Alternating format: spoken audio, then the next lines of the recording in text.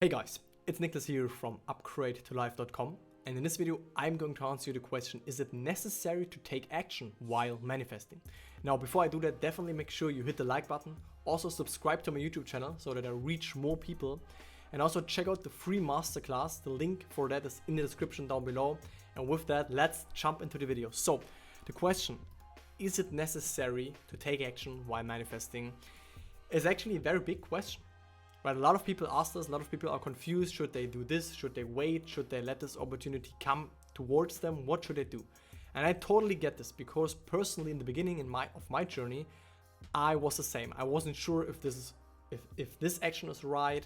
Is this action wrong? Can I mess up my manifestation? What's going on? Right? What has it to do with actions? And this is exactly what I'm going to explain to you in this video. So definitely stick till the end. Now, there is a clear answer to this question. There's one clear answer, and this answer is yes and no. Yes and no. So, guys, when you go into your imagination and you experience your goal and you experience your desire, and you know that it's already done, right? You just experience it, and then you open your eyes in the physical world again, and you see that it's not here yet. Then there is a gap. Right, there is just a gap between what you just experienced in imagination and what your current three-dimensional world is showing you. And what does it look like? It looks like this. So you have these two dots. This is your imagination. This is your three-dimensional world.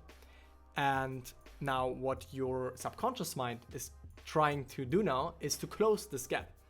Right, it wants to bring you what you just experienced in your imagination. It wants to push this out into your physical world and close this gap, okay? And how is this gap going to get closed? It's through a bridge of events. Neville Goddard calls this a bridge of events, and it's just things which you don't really think about, they just happen, and then you experience your desire.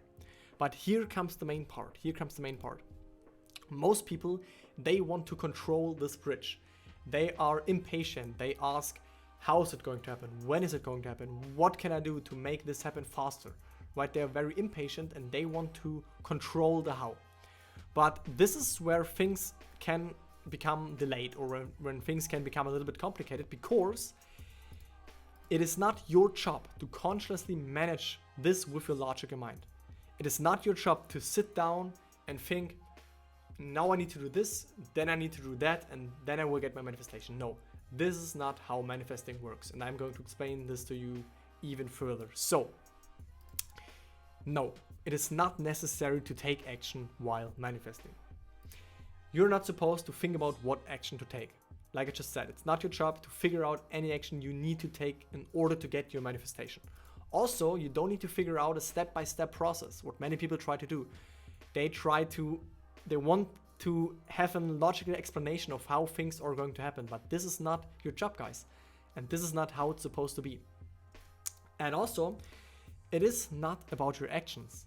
Not at all. It's not about your actions. It's all about your state, aka self-concept. What you assume to be true, what you believe to be true for yourself and your world. Right? This is what it's all about. Because, guys, when you are convinced that your imaginal act is in fact, you just have this inner conviction, and because you have the faith in the law and you know that it works, and you just know that your imagination is real and will be pushed out into this physical world, then what is there left to do to get your manifestation? Right? This is what I just showed you. What can you figure out with your logical mind when you know that it's already there? There is nothing. There is nothing left to do when it's already done. There is no logical choice you can choose or figure out to what to do next when your desire is already manifested, when it's already done. Okay? So, the illusion of free will to do is but ignorance of the law of assumption upon which all action is based. Everything happens automatically. This is great. You can read it again. So what does Neville say here? Neville says that your free will is actually to choose a state, to choose an assumption or several assumptions. But what happens then will happen automatically. Everything happens automatically based on your assumptions. So you don't need to worry about what to do. Okay, this is what Neville says with this quote. So Now let's look at the other part, why it is necessary to take action while manifesting.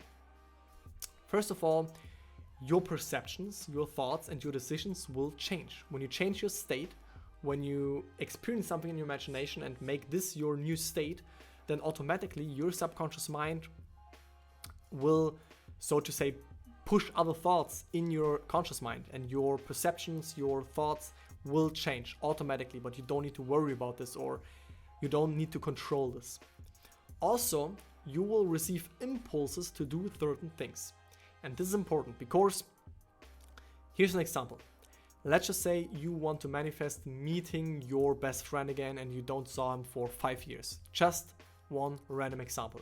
It works for everything.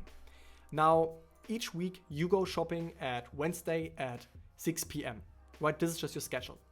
But 1 week, just randomly, you get the impulse to go shopping at, let's say, 2 p.m. Just 2 p.m.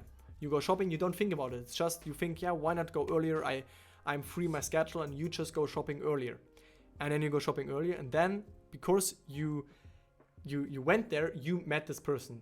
He is just there, and you meet each other again, and your desire has been manifested, right? But this was not something you planned to do. You just took this action very naturally without even thinking about it. It just happened because you were in the state of meeting this friend, you experienced it in your imagination, so it has to manifest. Now you just went about your life and you got this random, it's not random, there's no coincidence, but you got this impulse and then your desire manifested. And that's it. And also, your actions, like I just said, your actions towards your desires will be automatic. You don't need to worry about them. This is what's the conclusion. It's not something you need to focus on. Don't focus on the action, only focus on your state. Because when you're on the right state, then you will just do things naturally, okay?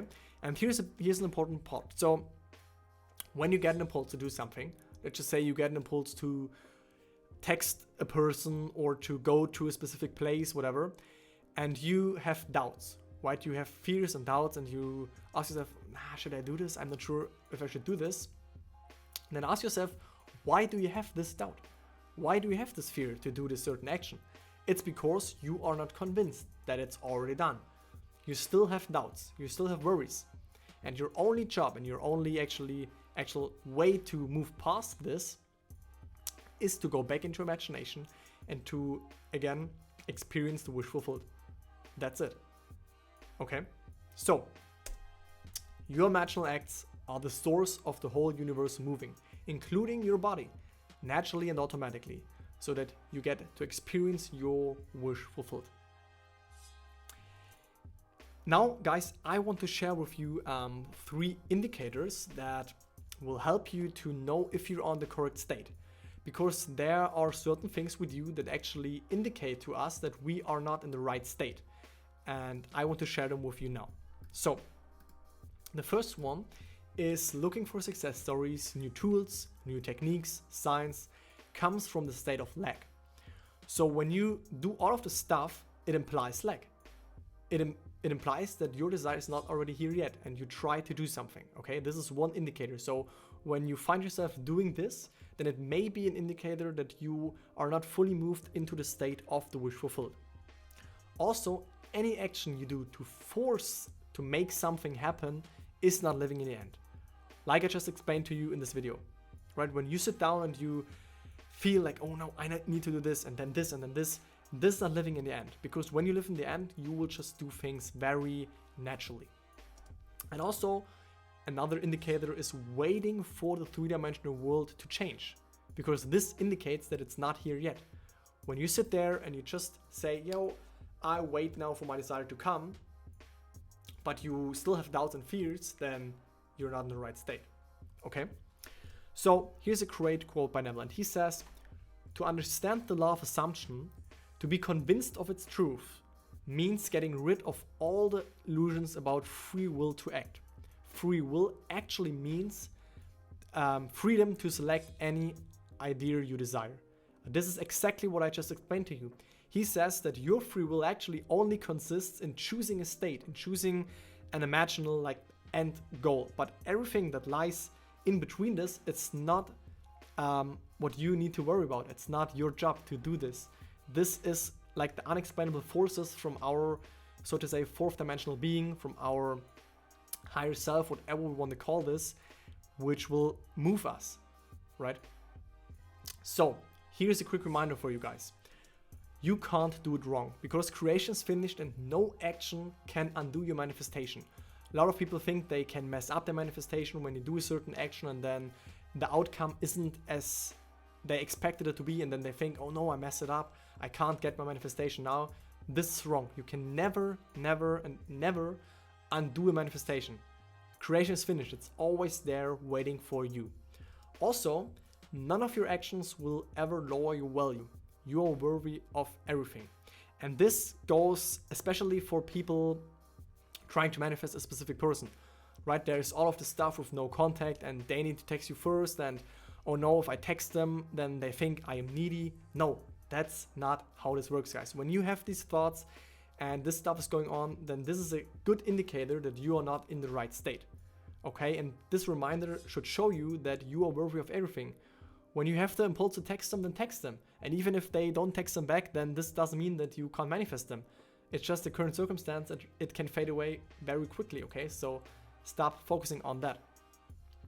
And also, live in faith of the unseen reality. Let your actions come naturally, okay? Last week I made a video about the unseen reality. I will link it up above, so definitely check it out. And yeah, guys, that's actually it. And to sum it up, I want to share with you actually the best quote by Neville, which describes this topic, and he sums it up in one quote. So let's look at it. He says, the question is often asked, what should be done between the assumption of the wish fulfilled and its realization? Nothing. It's a delusion that, other than assuming the feeling of the wish fulfilled, you can do anything to aid the realization of your desire. You think that you can do something, you want to do something, but actually you can do nothing. And this sums everything I spoke about in this video perfectly up. And yeah, guys, that's it for this video. I really hope that you enjoyed it, so definitely let me know in the comments down below if you enjoyed this video, if you learned and understood now finally that it's not about your actions, but it's all about your state. And with that, I conclude this video. I talk to you in the next video. See you guys. Bye.